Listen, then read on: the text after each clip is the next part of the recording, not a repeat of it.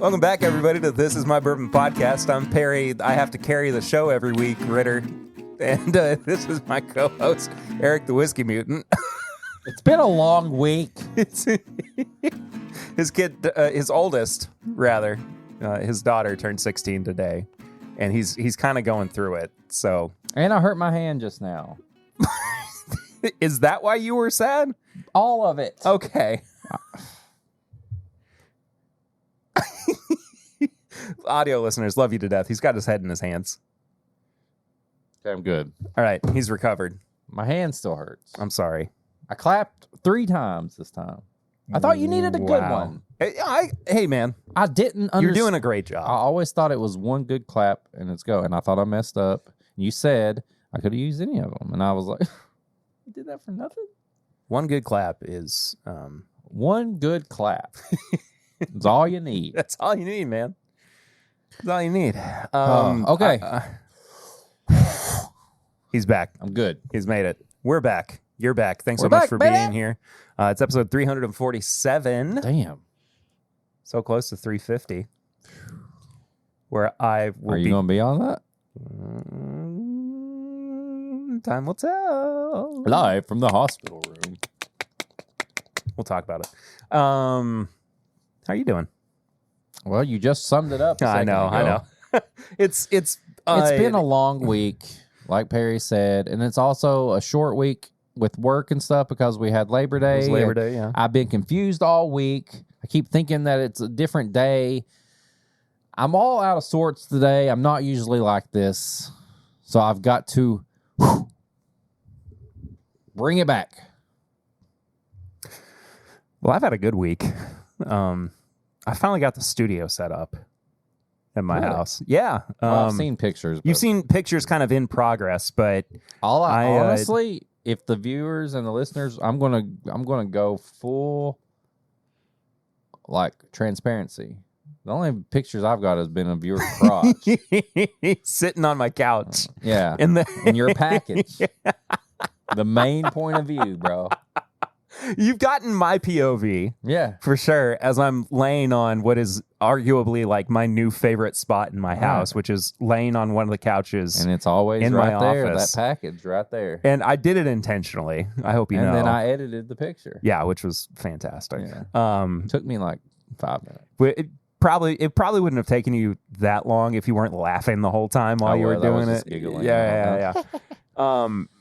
But I finally, last weekend painted the wall that was built. My father-in-law, Brett, came over this past weekend to help build Eden's big girl room. Oh, so I saw a picture of that. Eden's, I've also kind of been going through it a little bit emotionally too. We had to do that in preparation for baby sister being here in a couple weeks. So that's been a whole thing. Eden is actually sleeping in her big girl bed now too, which is crazy.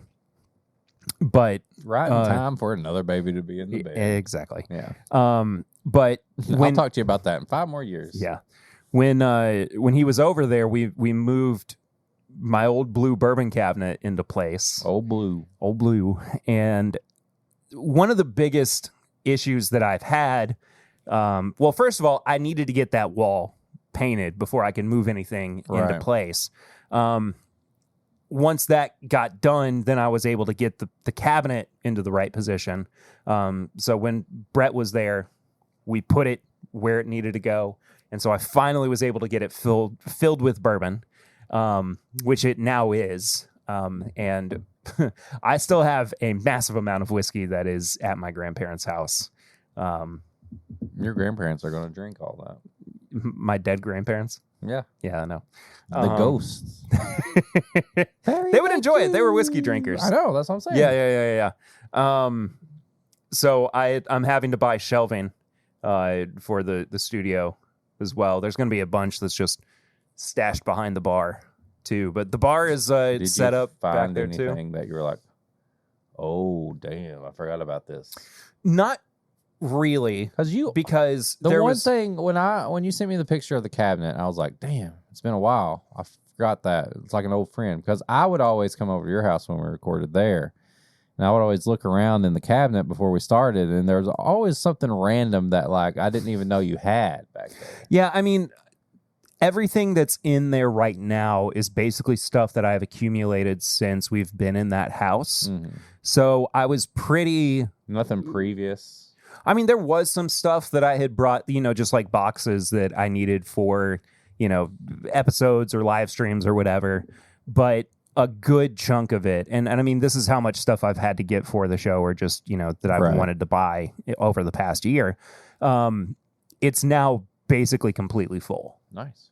So that's why I have to get shelving. Regardless, though, it's... I was I knew pretty much everything that was going to be in there. So I wasn't terribly surprised by anything. I think there were a couple of bottles where I was like, oh, I forgot that I had this. But once I get everything back from my grandparents' house, all of the... If there's any left. Well, that's true. I have noticed, because I was over there the other day picking up a couple of bottles for my Makers stream. I have noticed that there have been a couple bottles that have turned. Unfortunately, I lost a bottle of Blanton's.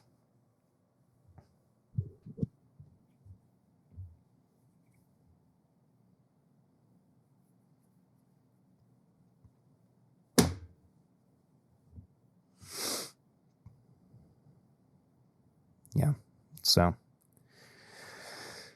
I know. I was doing better. I know. I'm sorry. I hated to be that guy, the bearer of bad news. He's gone full anime sad guy. Yeah, put the little lines over here. Yeah, exactly. They're purple and black. And now I got to get back in a better mood. I apologize, but I mean everything else. I think that I've only lost like 2 bottles, but everything else has been salvaged, which is, I mean, pretty good odds. You know what would put me in a better mood? What's that? If you went to patreon.com/mybourbonpodcast for as little as $1 a month and you supported the show, but at $5, that would put me in an even better mood because you get so much bonus content and extra stuff that it puts you in a better mood. You get the pregame chats that we do every time before we record. You get this episode uncut and a little bit early than normal. You get it earlier than other people. And then we also have bonus episodes. We have Pours from the Floor. This week we did Samply Irresistible. We did a whole blind flight on Samply Irresistible. Some crazy stuff in that. I won't spoil it, but it was wild. By the way, the uncut episode is not just like removing bleeps and bloops or whatever. There's usually like 20 minutes of bonus content in the uncut episode as well. A full-blown review in an uncut episode. Oh, we've done that multiple times. Yeah. So if you want even more Timbip, the Patreon, baby, is over there. Go get it. We normally kick off episodes with Flying Blind. You poured that while I was going on. Yeah, isn't that smooth? Now, I'm still not convinced. Scout's honor, am not tricking you. All right, this is Flying Blind. Sometimes we do sips and snacks where we pair a thing or whatever, but we like to blind each other. It's called Flying Blind if you didn't get the, gist of it. Yeah. A little underlying theme of the last couple of weeks has been me like fake tricking Perry and stuff like that. So I've kind of been ready for something, and he sent me a message that says, I got Flying Blind this week, and it's special. And I instantly said, he's going to get me. I'm not getting you. I told him earlier, I said, I don't believe you. I promise you I'm not getting you with this. Okay. This isn't me making you watch the pig movie all over again. That was cute and tormenting at the same time, and I was so mad because you didn't even watch it. Yeah, I know, that was the whole point. For anybody who doesn't know what I'm talking about, there is a foreign pig documentary called Gunda that's in black and white. It's completely silent, and it basically is just like a piglet. And I was waiting for something crazy to happen the whole time. And I watched that whole fucking movie. It's like an hour and a half. Yeah. Right? Yeah, nothing happens. And I thought if I fast forward, I'm going to miss the thing like everybody's talking about or something. Nope. And then I was like, well, what did Perry think about it? He didn't even watch it. It was one of the only times I've actually tricked you. Yeah, it was good too. Did you know my attention to detail in like weird movies and stuff? And I didn't. I did not fast forward, and I watched that whole fucking thing. I mean, it shows like a tractor and stuff. I was like, there's some crazy something going to happen. Nope, never did. All right.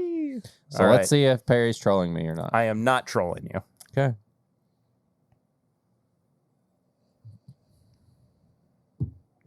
Perry's not trolling me. I am not trolling you.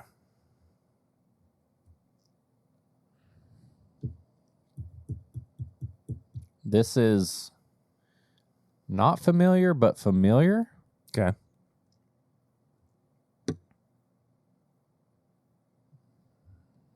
I instantly think this is something dusty. It's got a dusty funk, but I'm going through all the dusties in my head and what is that?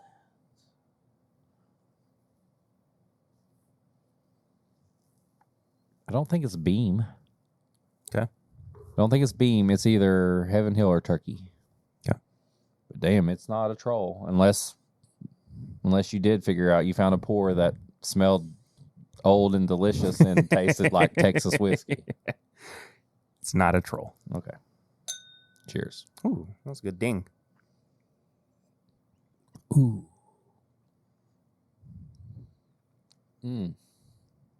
Oh. Oh, coffee cake. Oh, yeah, baby. That is a straight up coffee cake. Coffee shop coffee cake. Now I'm confused. Confused because normally something dusty does not taste that bright and like fresh. It usually has like a musk, more on funk it or to something. it. Yeah. So now I don't know. Hold on. I want to really try to get this. Sure. I'm gonna have just a tiny sip more because I'm gonna savor this for a little bit longer.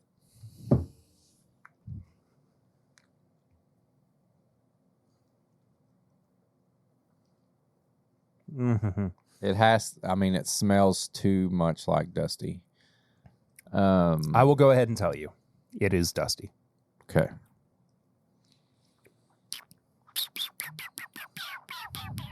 Okay. Dusty, I'm going either Heaven Hill or Turkey. I don't think it's Beam. I've not had too many other Dusties from other places. Probably, it's got that dusty. I talked about this on Patreon content about kind of that dusty finish where it's lower proof, but you get that that kind of singe on the finish. 100 proof dusty something. But do you have a whole bottle of this? Unfortunately, is this no. Yours? No. Okay. No. So you source this from someone? Well, or we got sent this or something? No. I mean, You stole this? Yeah. I booked it. Nobody gave it to us. I didn't source it from anybody. No, I straight up stole this. So the other night, I went over to Brett's house. Okay. You might have seen that I got tagged in a post. I was gonna ask you about this, but I was figuring out a way to say, what are these secret episodes? It was okay because I got sent a message that said, "Were you at this?" And I go, "At what?"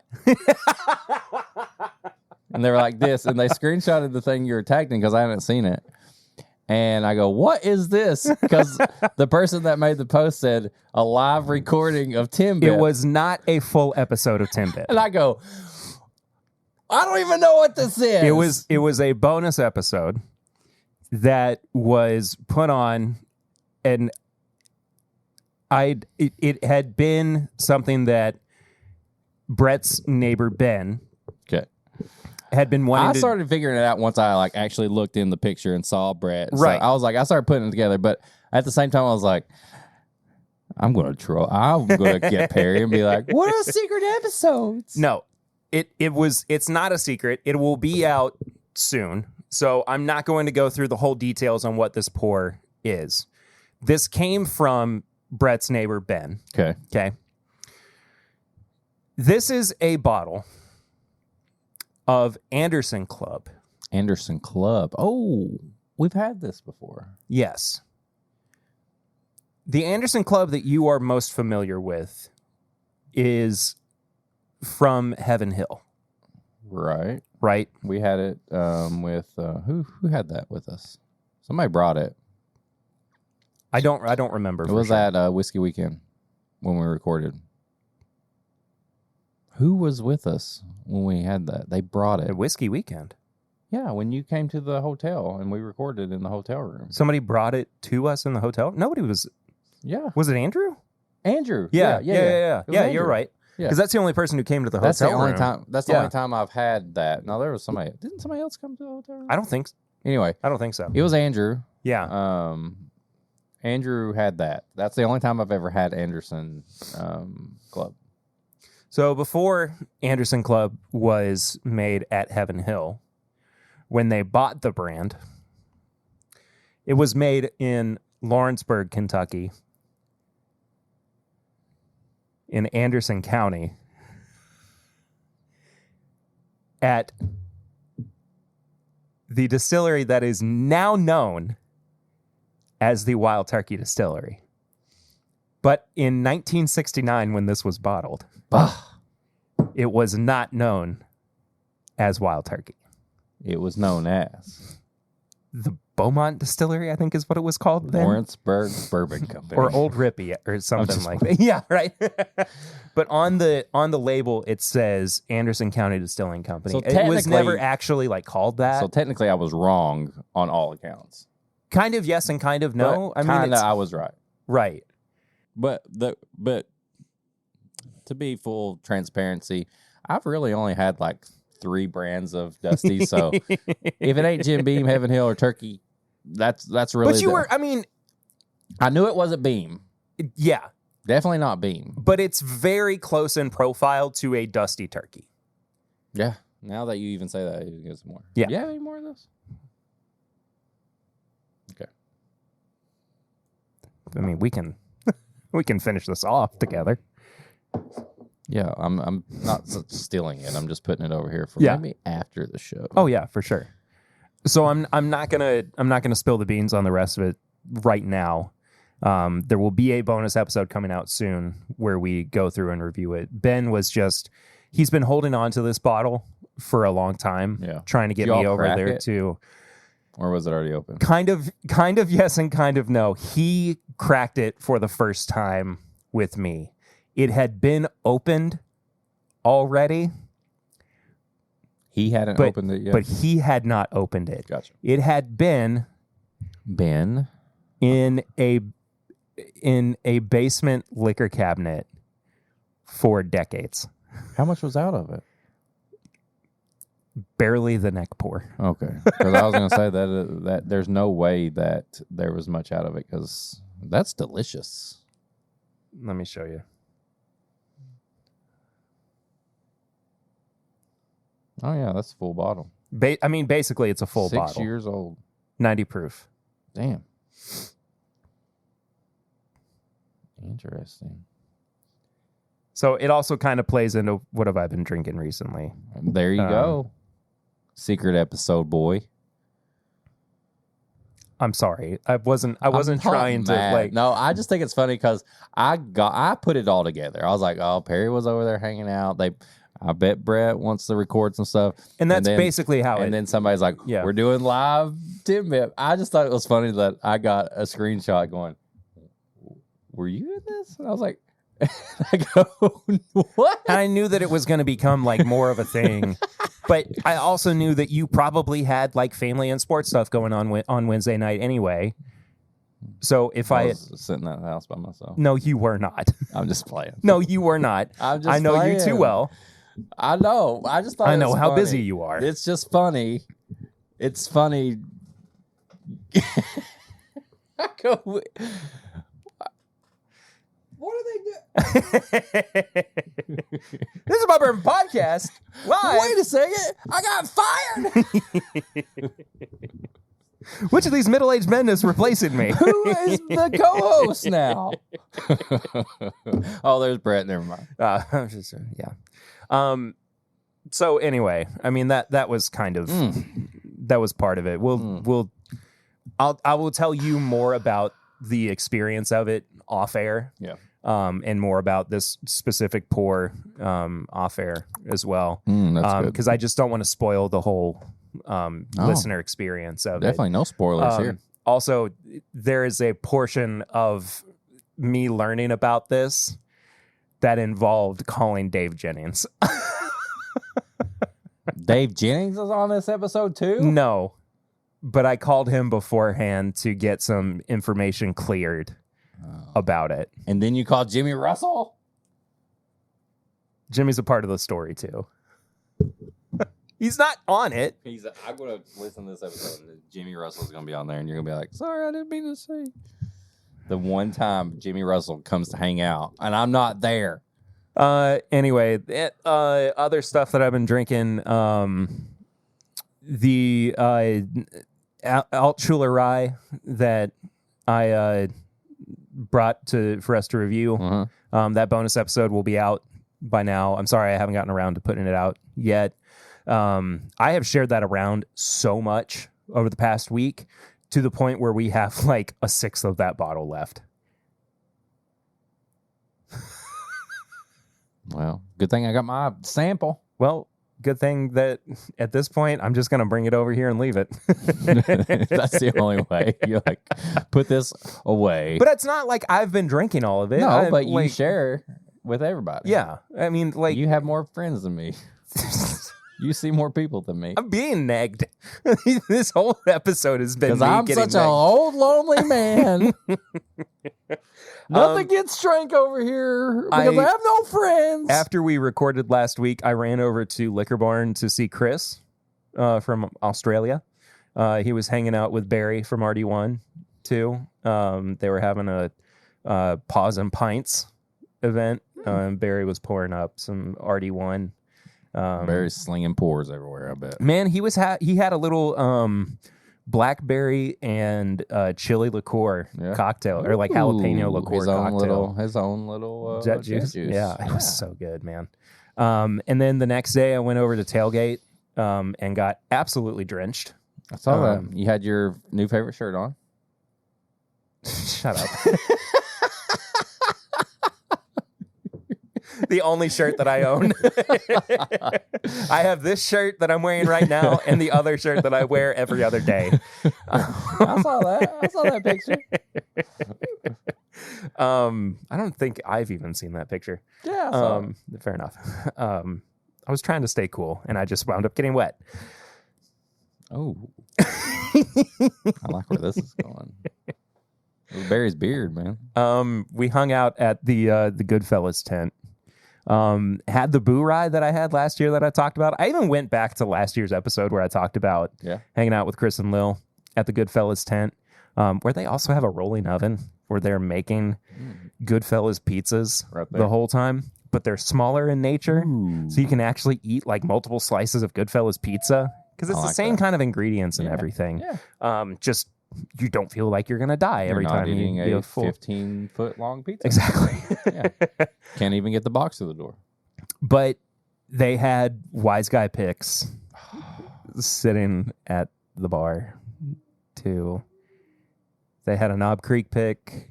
They had an Elijah Craig Barrel Proof pick. The Russells. They had a Russell's pick. They had a Weller Full Proof pick. We have a really, really good contact with Michter's now too. Really? Yeah. Oh yeah. Not after all the stuff I posted over the weekend. Sorry. Right. But it was awesome. It was a really wonderful. Oh, and you know what else too? What? You said on last week's pregame chats that you were going to make the American Honey Sting and Rare Breed version of the Wild Rush cocktail. And I lied. That you made I it. came up with. Well, you lied because you said that you got heartburn. I did. You put too much. You gave me too much lemon. But you already made that. But I wound up making it myself because I just couldn't wait. And let me tell you, if you are curious about the Wild Rush, I don't know. I don't want to go too much into it because I've already been talking for way too long. Go listen to the Patreon or last week's live stream if you can hear my voice. I don't know. Doesn't matter. Anyway, I made it with the American Honey Sting, and it's spectacular. So we might do a full episode on some cocktails we've been drinking recently. It. I was going to make it. No, you weren't. Yes, I was. You said you weren't going to. Yeah, but you made it first. Yeah, but then you were like, I'm not going to do it after all because it gave me so much heartburn. Yeah, it did. Anytime. Gold Rushes always give me heartburn. Fine. Whatever. But I would have done it. But you already did, so I didn't have to. Okay. Because I found a new drink. Which was? Country Boy. Country Light.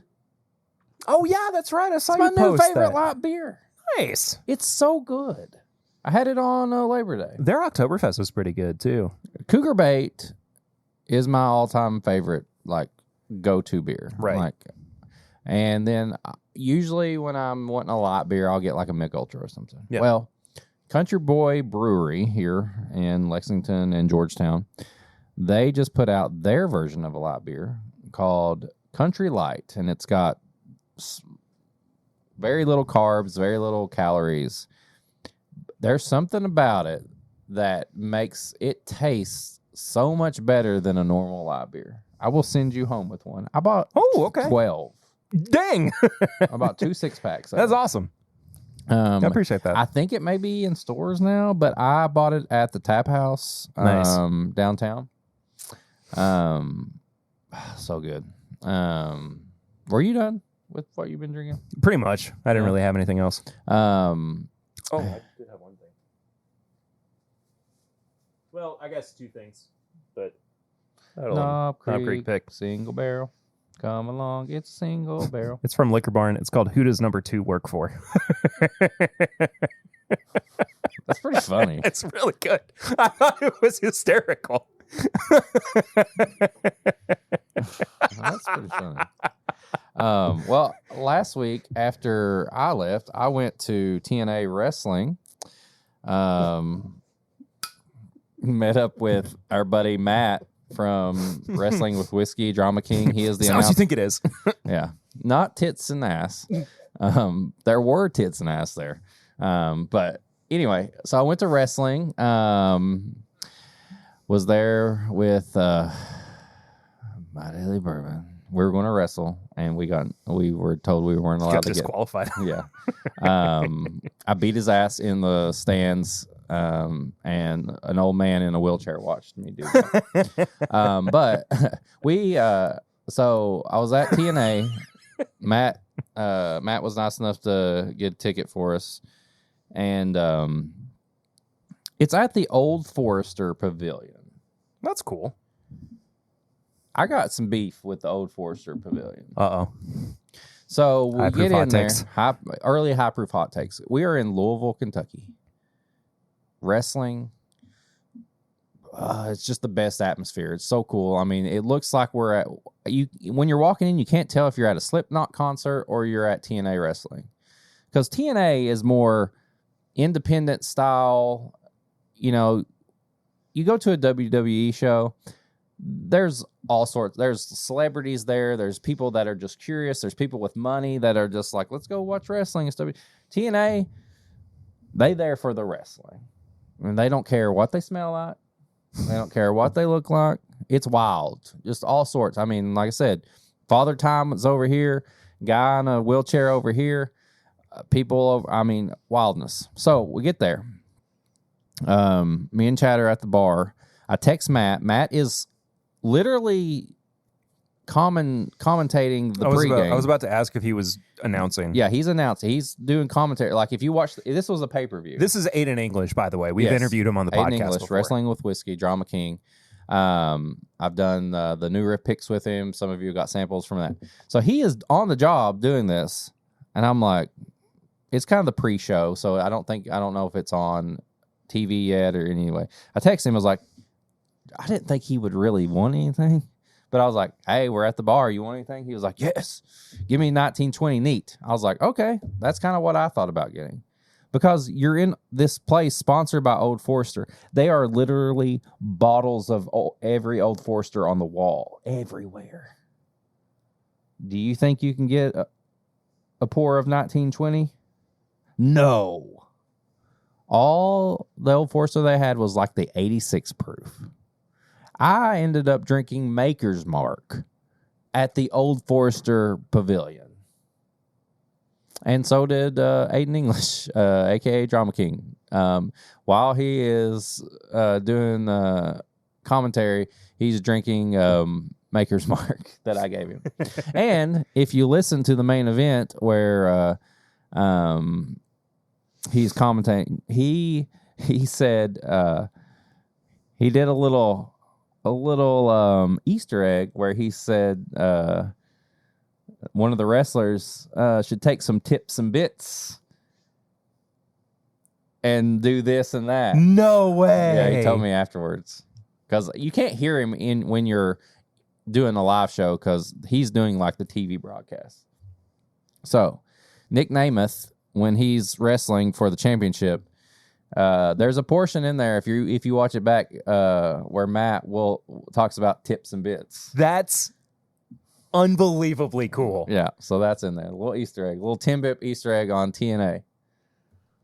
My dad's gonna flip. Yeah, it's in there. You watch the main event. He says it at some point. Tips and bits, and he specifically said he was trying to throw in a little hint to the. Oh my gosh, that is awesome. Yeah. So I had Maker's Mark there since I couldn't get Old Forester 1920. The people were like, "We can't open those." I was like, "Cool." Sorry, I apologize. I wasn't looking at you while you were talking. I was putting on a quick fire. Oh, that's fine. So yes, Maker's Mark at Old Forester, Country Boy, Country Light, and then today, Country Boy at West 6th. Yeah. Today, after work, me and April met up at Banners because we were like, "You just met your wife?" Yeah, just met. We had a daughter 16 years ago, and I just now met my wife. You were a sperm donor. It's crazy. No, we Addison had her birthday. She's on a is so good. Sorry. She's on a trip. She left for a school trip, and so we're like, let's just go have a drink. Just like our daughter's 16. Before the boys are home and all that. Let's run the Banners after work. And I had an impromptu Elijah Craig barrel proof tasting with shout out to Banners and Duff for I saw the B524 sitting there. I was like, I'll just take it and pour that. And Duff comes over. He's the owner. He's a great guy. Always gives me pours and stuff. He's like, did you like the A batch better? And I was like, honestly, I can't really remember as much. The A124? Yeah. The one that was 11 years old it was 10 years old and 119 proof. Yeah.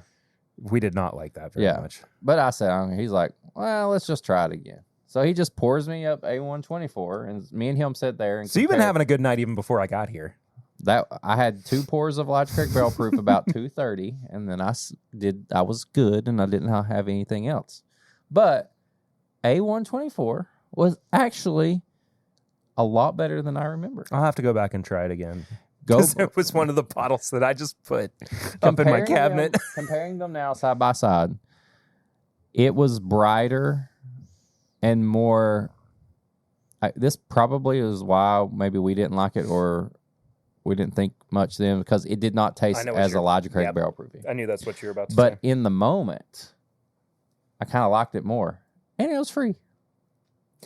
Free bourbon is always good bourbon. Free bourbon is always good. But yeah, so I had an impromptu Elijah Craig barrel proof tasting today, and that's what I've been drinking. That's a long one we've been drinking. Yeah, we've been yapping for a little while. Folks, before we get into the review, I want to remind you about something that we don't always talk about on the podcast. That is our Facebook group. Oh, yeah. That we have. We are in the middle of Bourbon Heritage Month. And we've had our buddy Patrick Dyer over there posting every day about what he has been drinking for Bourbon Heritage Month. Kind of been doing the 30 Days of Bourbon challenge. I like it. And I living wanted my life through him. Yeah, I wanted to see more people posting about it. And I said, if anybody did post about it, we'd give you a little shout out on the podcast. If you want to join the Facebook group, I know Facebook's kind of, a weird AI pit of hell. It's crazy right now. Listen to the new Linkin Park Why do posts song? like this never get the new Linkin Park? Their new singer, she is rad, dude. Have you heard her? Yeah, no, that's what I was going to say. I've been listening to it, but I'm my God, this is early tips and bits. I love Linkin Park. Hybrid Theory. We're going way off base here. I know. I bought 2 CDs because the first time I bought it, I played it so much it wore out. Meteora was amazing. It was one of the first big concerts I was ever in a pit at. They played with Hoobastank and Story of the Year. Hoobastank. I love Linkin Park, and this new single and the new singer is awesome. I think female voices in rock bands is just the best, whether it's hardcore or pop or punk or whatever. I mean, Paramore, Veda, Walls of Jericho, whatever. It's been great. But I have not seen more Linkin Park on my Facebook feed than I can remember. Yeah. Ever. Yeah. So anyway, Patrick's been the only person posting in the Facebook group. Who's going to dethrone him? Anybody? Anybody want to step up? Do it. Will I get shouted out if I do it? Yeah, sure. Probably not. Just go to Facebook and search for This My Bourbon Podcast group. You have to answer a couple questions to get in there. We'll admit you. It's pretty simple. Just be honest about it, too. Don't we get lie. some weird requests. I'm not entirely sure if this person is even real. Review my dick. Don't do that. Oh. That's what they ask. I don't even know if this is a real person. That is the Mona Lisa. How did you find the podcast? From my memories? Oh, that's definitely real. They were real. That was the Mona Lisa. Oh, okay. In the picture. Anyway, go over there. I was thinking about doing some kind of giveaway, but I think I'm going to save the giveaway for when we do our big charity fundraiser that we normally do in November. So we'll get to that in just a bit. We need to talk about that as well. Start coming up with ideas for it. Thinking right now. We got a review this week. It is the new Woodinville 8-year limited edition. 100 proof, $130 a bottle. It was sent to us by one Joseph Brazo. Straight from the nursing home. Will it ever end? No. It's crazy that they let residents of a nursing home go buy bourbon and then ship it to people. Yeah. But he got it right. He only misspelled Perry's name, his first name wrong. He got the last name right. So the mailman was nice enough to keep it and not send it back. Yeah. So.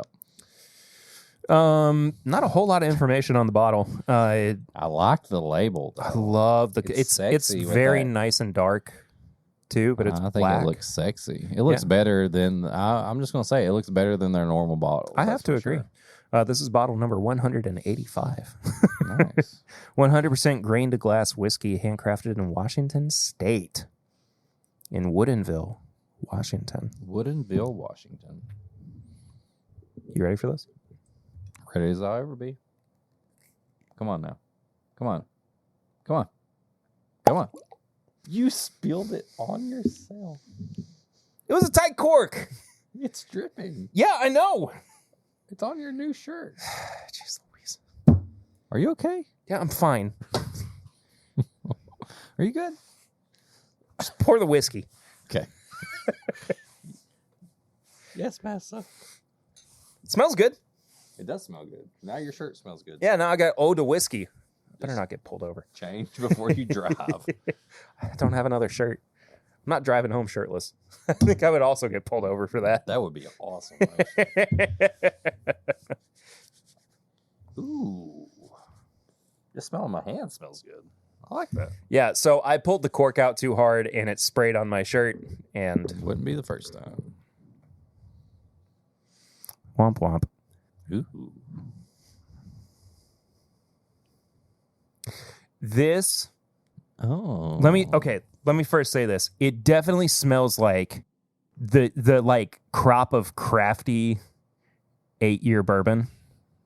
Right? It does have.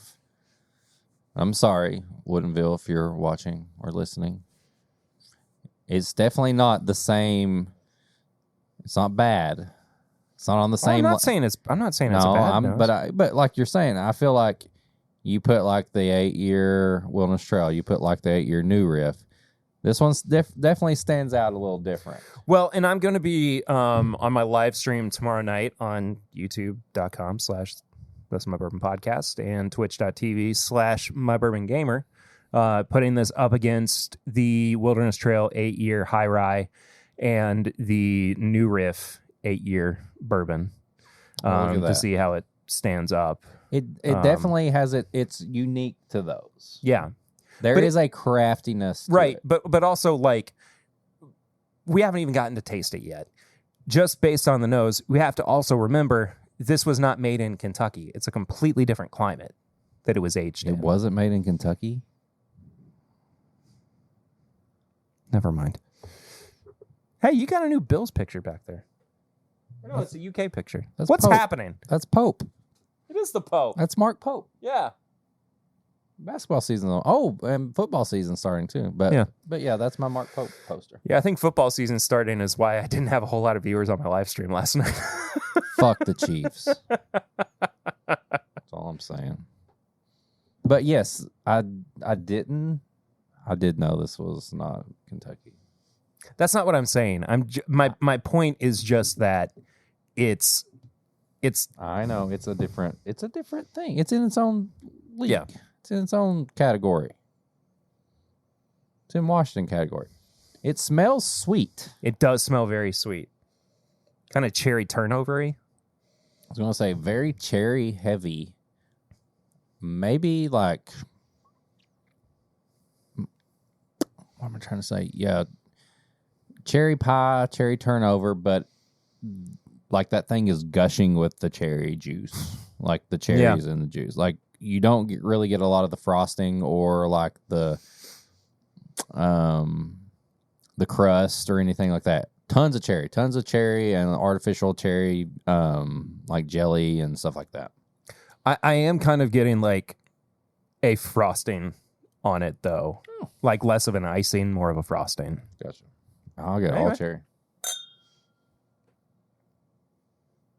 Big cherry on the big cherry on the front. Big cherry.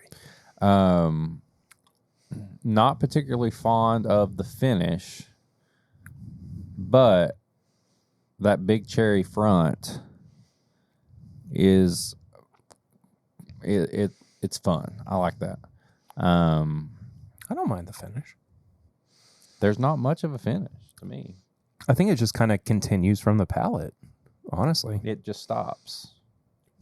I don't get a finish. Like the finish is like very dry on the sides and then it's just gone to me. I think the finish goes from the real cherry to more of like a candy cherry. Okay. It's definitely big cherry up front. It is all very fruity. Overall. I'm not leaning towards this being like a traditional bourbon flavor profile. No. It's almost like if you saw something that said cherry infused whiskey. You know what I mean? Like kind of, yeah. I know that St. Elmo's does like the cherry, what is it? Cherry Coke infused or something like that.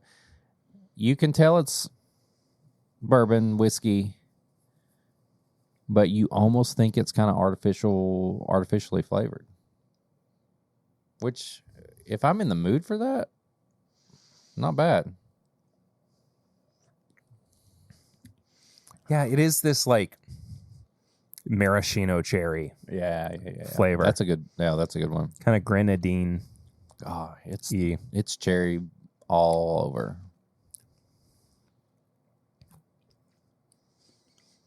It's almost like a very moody pour. Yeah, there's something floral about it too.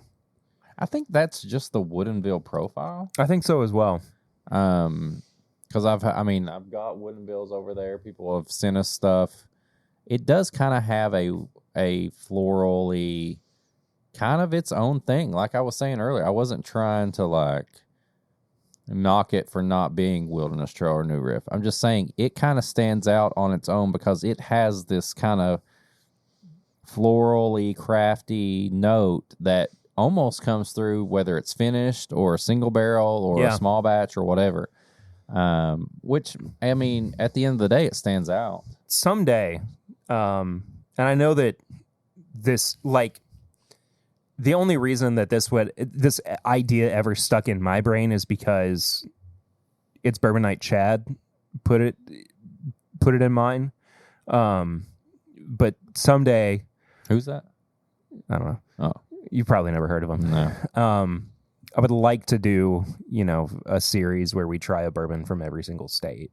Oh, that'd be fun. Not that we haven't done plenty from not Texas. A lot of states. Well, we got to do it. We have to.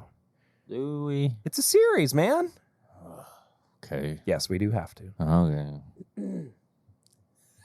Okay. We could make it. Yeah, we can make it a TikTok series. One bourbon, one state. One bourbon, one state, one Ohio taste. edition. One bourbon, one state, one taste. Yes. Except Texas. California edition. Like it Except writes Texas. itself. No. Plus Texas. Okay. But yeah. This is interesting. It's very, very different. It's its own animal. I like it for being unique and not trying to reach for, reach for what other brands are doing. Yeah. No, I get it. You don't seem as convinced.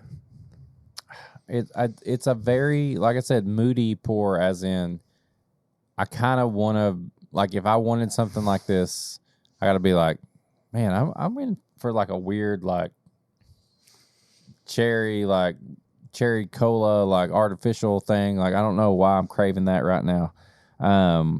It's just not something that I would come back to. I'll be like, I got to go back to that. You know what's funny is you saying like a moody pour had me thinking, actually, I would really like this if it was like raining.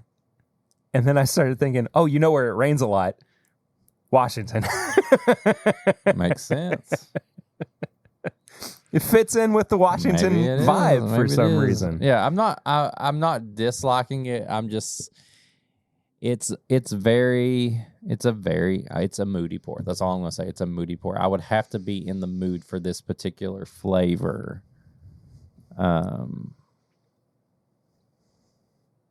Everything else though.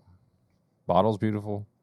I'm really excited to put it up against the other two. I think it's going to stand out. I guarantee it stands out. Now, I don't know if it stands out with what your mood is. I mean, I don't even know if I'm going to be doing it blind. I mostly just want to see how 8 years compares to 8 years compares to 8 years. You know what I mean? I think the thing that we should celebrate is that there's 3 amazing distilleries. Yeah. That are now at 8 years, putting out 8-year-old whiskey. 100%. That we genuinely love. Yeah. Woodinville, New Riff, Wilderness Trail. Yeah. I'm not trying to like make what I say about this bottle, Stan, what I think about all of Woodinville. I have several Woodinville things, and I think they're all unique. I just think this particular one is a very unique pour, a very moody pour, a very cherry, artificial cherry. I would honestly love to have that in a cherry Coke. I was kind of thinking the same thing. Or vanilla Coke. Add that to the vanilla Coke. Yeah. That would be good too. I'm going to pour a little bit more for the review portion. Give me just a tad. A little bit? Okay. That's something that we used to do on the podcast. What? Review stuff? No. Oh. I mean, pour a little bit more when we got to the review. Oh. But our review system, though, is nose, palate, finish, and price, with each category being out of 5 and a final score out of 20. Nose? Nose, what do you think? I really do like the nose because I think that cherry, even if it's artificial or whatever, that big cherry nose is delightful. Like, straightforward, I would smell this more than I would taste it. Nose, 3.5. I'm going to give it a 3.5 as well. Yeah. Actually. Palate, not too much different than the nose. It kind of goes along with that big cherry. It's big cherry, maybe a little too much big cherry. I'd say a 3. Kind of drops a little bit for me on the palate, but it's still there. I think 3 out of 5 is good. It's just when I get to the finish that I start. Oh, you know what it is? It's cherry blow pop. That's what the flavor is on the finish. That's where it transitions to. Cherry sucker, yeah, I can see that. Yeah, because it's a like it's even got the like bubblegum flavor to it a little bit as well. That. Yeah, I can see that. Yeah, no doubt. I don't know. There is something weirdly nostalgic about this pour that I'm kind of vibing with. Because it reminds you of artificial cherry candy. Kind of, yeah. Yeah, sucker, gummy, whatever it is. Yeah. It's there. Yeah. So, yeah, 3.5 on the nose, a 3 on the palate. Unfortunately, the finish for me, and the finish is always a big deal, is a 2. It's just kind of gone. So I lose a lot of my interest in this when it hits the finish. So, well, we're mostly similar. I'm going to give, as I said, the nose a 3.5, like you. I'm really enjoying the palate. I'm also going to give it a 3.5 there, too. I am enjoying the finish more than you are. I'm consistently going back to this and enjoying it and looking forward to going back to it. And I don't know. I am finding more with the finish. I'm actually starting to get more of an experience with it as well. The longer that I've been drinking it, there is more of a like cherry cream savor thing going on too. Still cherry for me. It's on the finish. Consistent with the cherry. I'll say that. But like there's more of a vanilla push coming up too, and like even just little hints of darker flavors starting to come out as well, kind of in like the coffee realm. Which I'm starting to really like, and I think that this is becoming a very solid experience of a bourbon. I'm gonna give it another 3.5, man. Honestly. What are you thinking about with this being a limited edition, their first 8-year-old product at $130?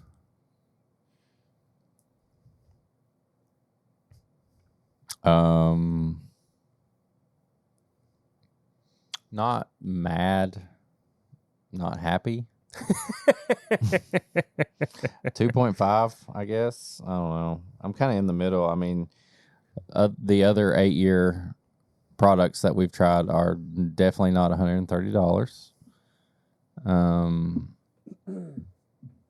I particularly don't think I would pay $130 for this. especially at 100 proof. But these days, I try not to think about price as much and get it as been out of shape about it. But I guess I'll say out of 5, it's right down the middle. They could have charged more. They could have charged less. So 2.5. I am giving it a 3. I think that a lot of what they are having to do with this, because there is an aspect here of it being exported is not the right word. Shipped is probably better, because it was also going out of state. It wasn't just going to be in Washington at the Woodinville gift shop. Excuse me. But the other ones ship out of state too. I'm just saying, I think that this might have been a more costly project for them. Could have also been that they were trying to recoup some of the taxes that they had to pay. I don't know what the taxes are like in Washington. Don't even ask me about taxes. I'm just saying, like, we know how expensive it is to just have barrels aging in Kentucky. Yeah. You know how expensive it is for Heaven Hill to have barrels aging in Kentucky. They pay, whatever it is, $1 million, $100 million. I can't remember the exact number. Just for whiskey that hasn't even been bottled yet. So I get it. I don't love the fact that it's $130, but it is what it is. The market has rapidly changed over the past couple of years. Everything's more expensive. It is. And it's just something we've had to grapple with, whether we wanted to or not. So 3 for me. This brings me to a 13.5 out of 20. I'm on 11. This is probably something that if you don't really vibe with the more fruit-forward bourbons, I guess, you might want to try it before you buy it. Yeah. It'd be a good try. But I mean, I like it. I'm excited to have it around. I think it's a sexy personally. Bottle, I think all the Woodinville bottles are. This in but particular, this one is a black tie affair. Mm-hmm. This is a little risque. This would have been good for Pop Chicka Wow Wow. Oh yeah, but it deserves its spot in the main episode on it right there too. Oh yeah. So there you go. We've had a text sitting in the barrel rings for a little while. This is the segment of the show that you, the listener, can participate in if you would like to by sending a text or voicemail to our hotline. We got a number. That number is 859-428-8253. 859-428-8253. Send us a text. Leave us a voicemail. You can also send us a text by hitting the message at the top of the video or audio description that you are currently viewing or listening to. And we will check that out over on our Buzzsprout page. Let's see if anybody has actually gotten in. How do we do that? I don't know how do we get to it? Bro, I don't know.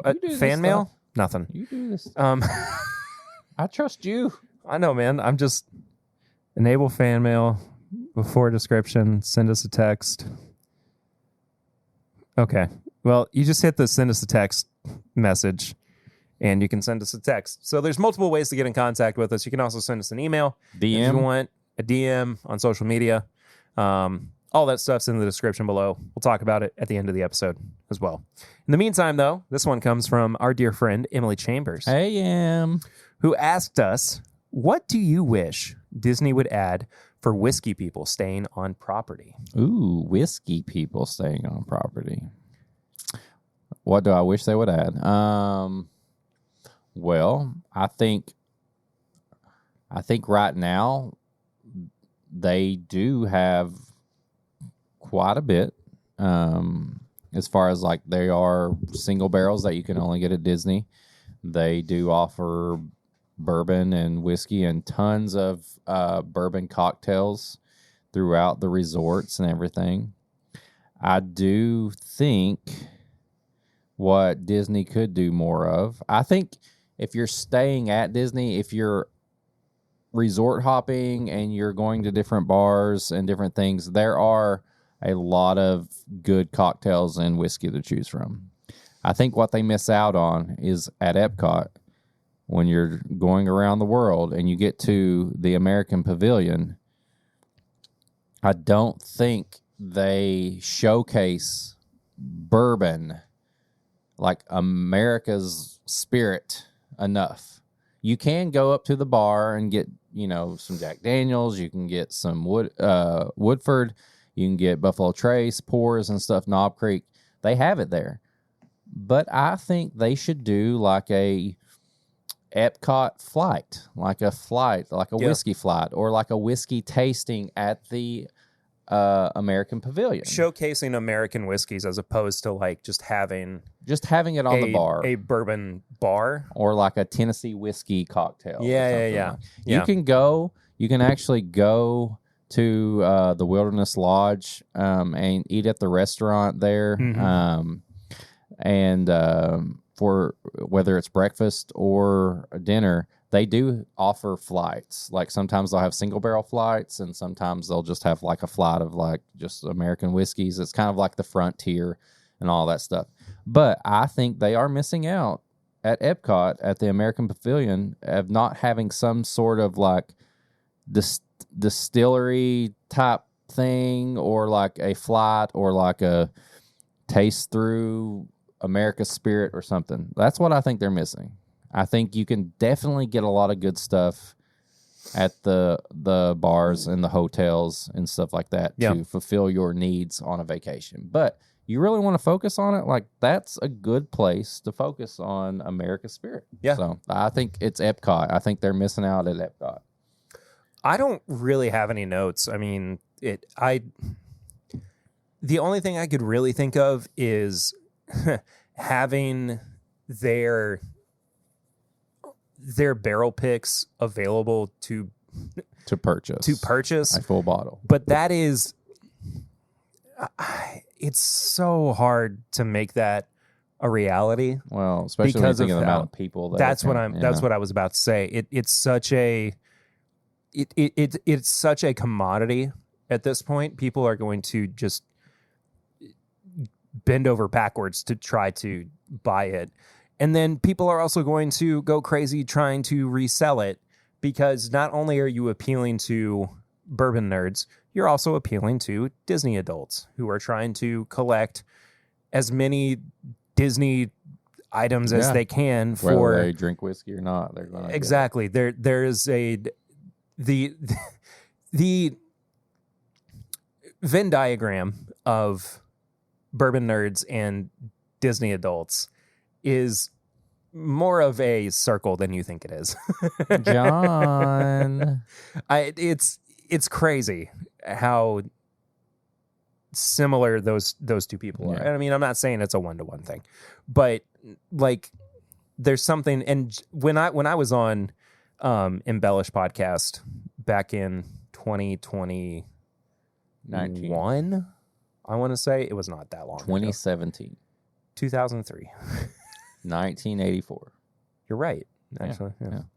John and I talked about, the connection between being a bourbon nerd and being a Disney adult, or a Disney nerd, or whatever you want to call it. All the same. I don't give a weeb. A Disney sure. weeb. A Disney weeb. Yeah. Disweeb. I'll take it all. I don't care.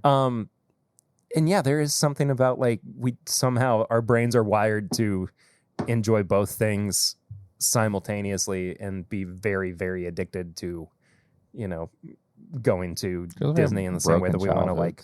Yeah, maybe. Yeah, I think so. I was anxious and depressed when I was 7. Yeah. I didn't have a dad, and the only thing I watched was Muppets and Mickey shorts. And now they might be getting rid of Muppets 3D vision. Oh, I've been waiting. They've been talking about that for a while. I doubt it's gonna. There's no way that it's gonna happen. It's gonna happen. I don't believe it. I will not believe it until they say it. I think the rumors are just. It's gonna happen. No, I don't think. That's why you got to go there every time.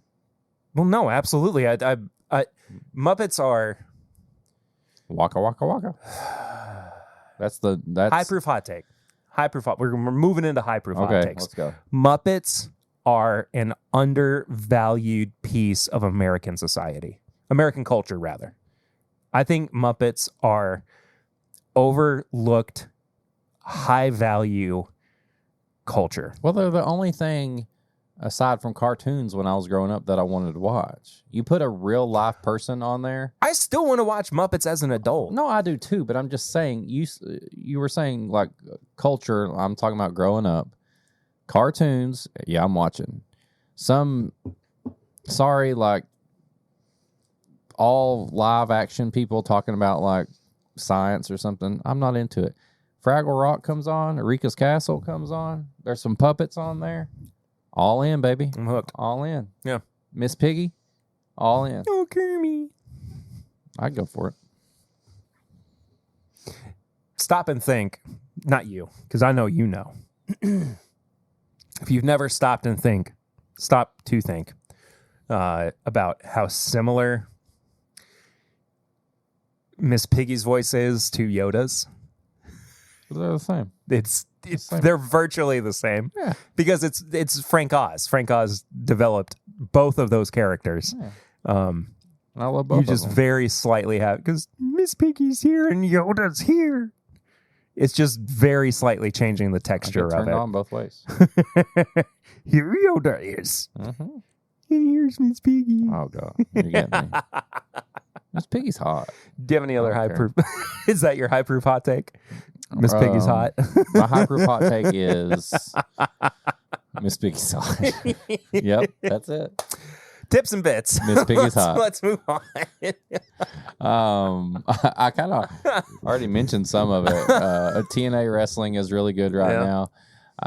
New Lincoln Park is really cool. I'm enjoying it.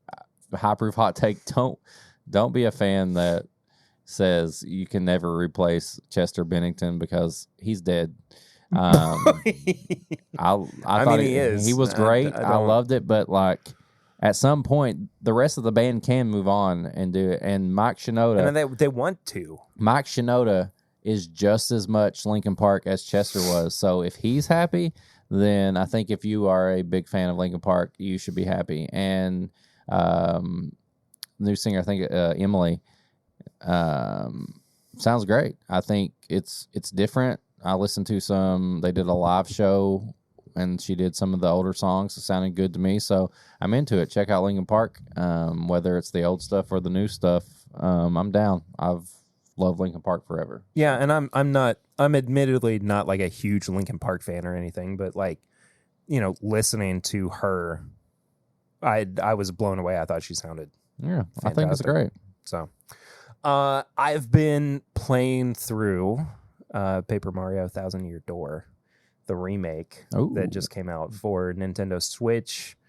I think, no, it was in July, but I haven't had the chance to pick it up until now. It initially came out for the GameCube in like 2005, 2006, something like that. And it's funny how much of this game I have forgotten, but how much of it is also slowly coming back to me as I've been playing through it.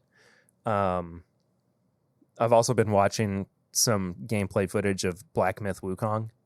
Ooh, yeah. I don't own a system that's capable of running. I do, and my child has it in his room playing Fortnite, so I'm a little pissed off about that. Rough. That's rough, dude. Yeah. Don't get me started. I would like to play Black Myth Wukong eventually. Awesome. It looks incredible, all the gameplay I've seen of it. But it's just so funny that like I've been watching this like high-end, top-tier like AAA style game. And then here I am playing Paper Mario. Hey, I started playing Nintendo 3DS. You did? I can't believe you didn't talk about that. Oh, yeah, I forgot about that. Well, yeah. I haven't got my games in that I ordered. Oh, okay, fair enough. I've just been playing what I had downloaded on it. Yeah. So, which That's was cool. Ocarina of Time. Yeah. So I'm sure we'll talk about that more in the future. Wait till you hear what I got. I'm very excited. I can't believe I paid what I paid for. There's also a new Zelda game coming out in a couple of weeks, which I will be playing through while I'm on baby break.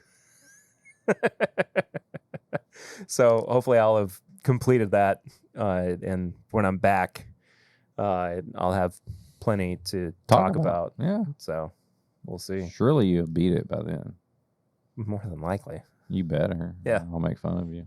Yeah. And you better go to patreon.com/Bourbon Podcast and support the show. No, good. I don't want to say that. That's mean. No, bro. I don't want to say. No, I mean, I don't want to like force them to go and do anything that they can't. You're too nice. Go to patreon.com/MyBourbon Podcast for as little as $1 a month. You can support the show, but at $5, you get all the bonus stuff. You get this episode uncut a little bit early. You get the pregame chats that we did. We've talked about this already, but there's bonus stuff all over there. And also, we got a new Patreon member this week. We do indeed. Michael Sullivan just joined the Patreon this week. He is an annual Patreon subscriber, which you can do. If you want to do that, you don't have to pay every month. You can pay for an entire year in advance. You get access to all of our just whatever you want. But I knew... I imagine that you tried to persuade him to... because there's a secret group that I'm in that he is also in. Is it called Hidden Meat? No, it's called Michael Sausage. Oh.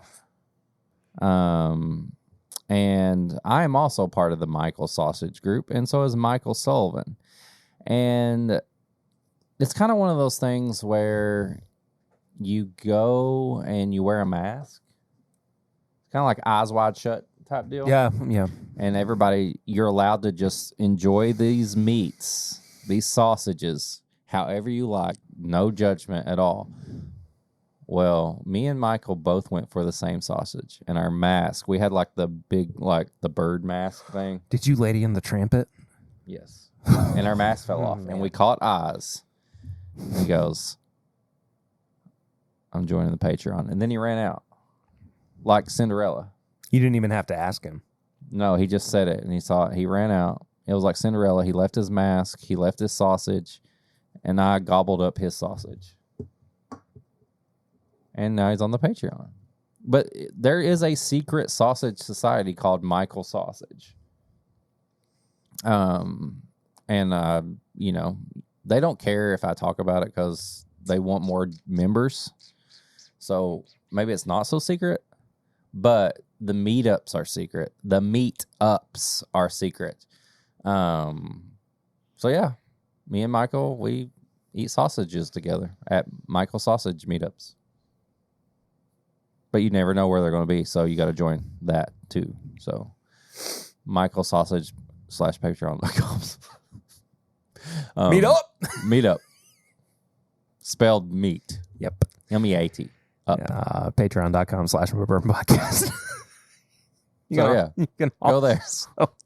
Follow us on social media at My Bourbon Pod and at Whiskey Mutant. I'm also over there at PReader1792 on all platforms. If you want to send us questions or comments, you can do so to thismybourbonshop@gmail.com. You can find all of our apparel and merchandise at bourbonshop.threadless.com. I do all the designs over there, if you didn't know that. We got Christmas stuff. We got regular everyday stuff. We got a shirt that says "This is my bourbon drinking shirt." Thongs. We got thongs. We got diapers. We got puzzles. Skateboards. We got skateboards. Condoms. I wish. It stretches out. This is My Bourbon Podcast. Oh, I got to put a shirt up with a new logo.